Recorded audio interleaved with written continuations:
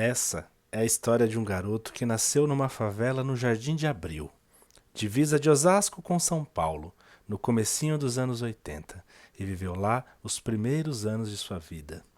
Certo dia, por volta dos 4 anos, numa brincadeira de criança travessa, como são todas, o menino levantou a saia de uma moça que passava na calçada. Era a namorada do maior traficante da quebrada, que enfurecida gritou: "Você me paga, seu peste! Você vai me pagar!" A mãe do garoto e os vizinhos ouviram. Todos estremeceram. Cada vez mais se ouvia balas à noite, corpos no chão, violência policial, essas coisas por lá. Os pais do menino ficaram com medo de que os bandidos viessem atrás e conseguiram de maneira muito rápida, sabe-se lá como, vender o barraco. Com orgulho, a mãe do garoto dizia que aquele era o barraco mais bonito da favela. Em tudo dá para se ter orgulho nessa vida, não é mesmo? O orgulho dela era esse: ter o barraco mais jeitoso que se viu. Isso porque era caiado de branco e até grande, cozinha, quarto e banheiro. O comprador levou tudo em espécie, literalmente um saco cheio de notas, e de lá saíram rumo à cidade de Cotia para uma vida melhor. O saco preto cheio de notas, ele, a mãe, o pai e uma irmã menor, que tinha deficiência física e paralisia cerebral. Ficariam ali por um período na casa de uma das tias do garoto, Jardim Panorama. Vida dura, nada foi fácil. Aluguel durante uns anos e, com a ajuda daquele saco de dinheiro na poupança, conseguiram um terreno e depois uma casinha no Jardim Santana. Quando tinha por volta de 8 anos, a irmã faleceu, o que acabou sendo até um alívio para a família. Ela não andava, não falava, praticamente vegetava. Muitos amigos e familiares tinham medo de pegá-la no colo ou viravam a cara quando a viam, por muita dó ou sei lá o que, né? Mas ele, o garoto, a amava profundamente. Enfim, falta de dinheiro, falta das coisas mais básicas. Nessa época, a dieta do garoto era praticamente sopa de fubá com couve e pé de galinha. Quando tinha pé de galinha. O pai, sempre desempregado, ensinou a ele a arte do estilingue. Aprendeu a matar rolinhas para comer. E caçar tanajuras nas tardes de calor. A rolinha dizem que é gostosa, mas sua coxinha mal cabe entre os dentes. A tanajura com farinha parece que vira uma boa farofa. Um dia, o pai do garoto chegou com a caça nova. Um tico-tico. A partir daquele dia, o garoto não quis mais comer passarinho.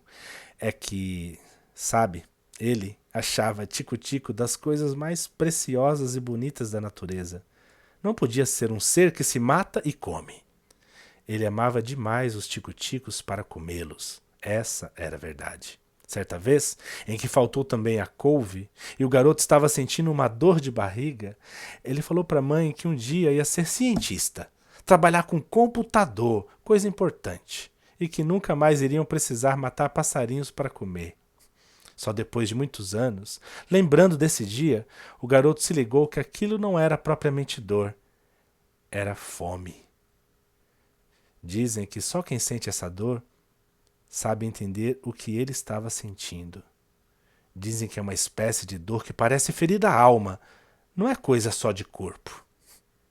Na escola, o garoto sempre gostou muito de escrever, criar histórias. Ficava pedindo para a professora passar temas de redações para ele fazer em casa, pode? Com 9 anos, escreveu sua primeira novela. Devia ter umas 9 páginas de caderno, frente e verso. Um dramalhão mexicano. No enredo, inspirado talvez nas novelas que assistia na época com os pais, tinha uma senhora no asilo no fim de sua vida, momentos antes da morte, sozinha. O nome da novela era A Outra Face do Ódio. A trama toda se desenrolava no ódio que ela, a protagonista, tinha do patrão, nos abusos e violências sofridas por ele, mas que depois se transformou em amor, numa história de amor. Sim, a outra face do ódio era o amor. O garoto que escreveu era, convenhamos, uma criança de 9 anos bem estranha. Essa história, esse caderno, se perderam e nunca mais ele encontrou. Aos 12 anos, lá estava o garoto vendendo coxinhas nos campos de futebol da cidade, nos campeonatos, na rua. Aos 14, balconista no centro de Cotia, numa lanchonete daqueles japoneses, sabe? Aos 15 anos, um amigo da família conseguiu para ele um emprego de office boy no Itaim Bibi, São Paulo. Imagine, ele que nunca havia ido sozinho a Pinheiros, muito menos pisado no centro de São Paulo, agora office boy. O primeiro contato com os prédios de São Paulo foi traumático. Pareciam que ia o engolir. Tinha um trem que andava debaixo da terra, como era possível? Era muita novidade absurda para um adolescente do mato. E ele tendo que aprender de uma hora para outra a caminhar, a transitar com documentos por cidade, lidar com pessoas, bancos e, vejam só, um computador que nas horas vagas ele podia usar e ficar desenhando no novíssimo Windows 3.11. Windows 3.11. Não queiram saber o que era isso. Nessa época, ano de 1996, ele deixava todo o seu salário mínimo de R$ 100 para as contas de casa. E basicamente era o dinheiro que a família tinha. Os pais seguiriam sempre desempregados. Marmita com arroz, feijão e salsicha frita. Era isso.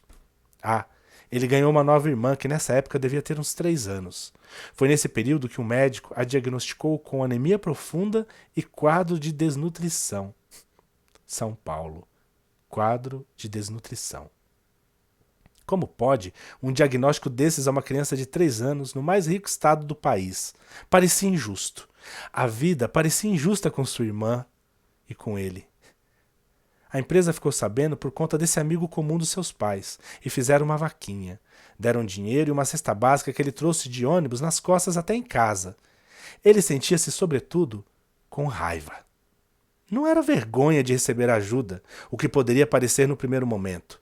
Era uma raiva que ele carregaria a partir daí por toda a vida. Uma raiva social. Uma indignação profunda da fome, da miséria, das injustiças sociais. Aos 17, um primo o indicou para trabalhar como auxiliar no departamento fiscal de uma contabilidade, área que o garoto atua até hoje, há 25 anos. Sabe, aquele garoto, embora tenha encontrado uma profissão, nunca deixou de escrever. E nunca deixou de sentir aquela raiva. Se formou técnico, fez muitos cursos, não virou cientista, mas o computador se tornou mesmo seu parceiro diário.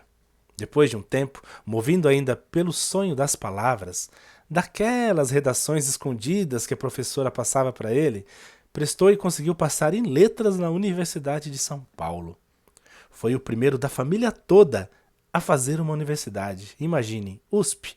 Era algo que estava muito além dos sonhos de todos. Mas não daquele garoto que saiu fugido da favela do Jardim de Abril. Mesmo com uma carreira consolidada, o garoto nunca deixou de levar o outro sonho adiante. O maior, sobretudo, era o de poder retribuir a seu povo tudo o que conseguiu de graça numa faculdade pública. Ele sentia isso. Era, de alguma forma, seu dever. Isso o motivou a organizar saraus, a escrever alguns livros, vários deles, poesia, contos, romance, crônica. Acabou tendo inclusive letras de canções gravadas e tudo por outros artistas. E hoje, olha só, dá até oficinas de escrita criativa. Quem poderia imaginar? A raiva social, a raiva daquela dor de barriga foi com o tempo se transformando em algo maior. E que hoje o garoto, respirando bem fundo, até consegue chamar de amor. A outra face.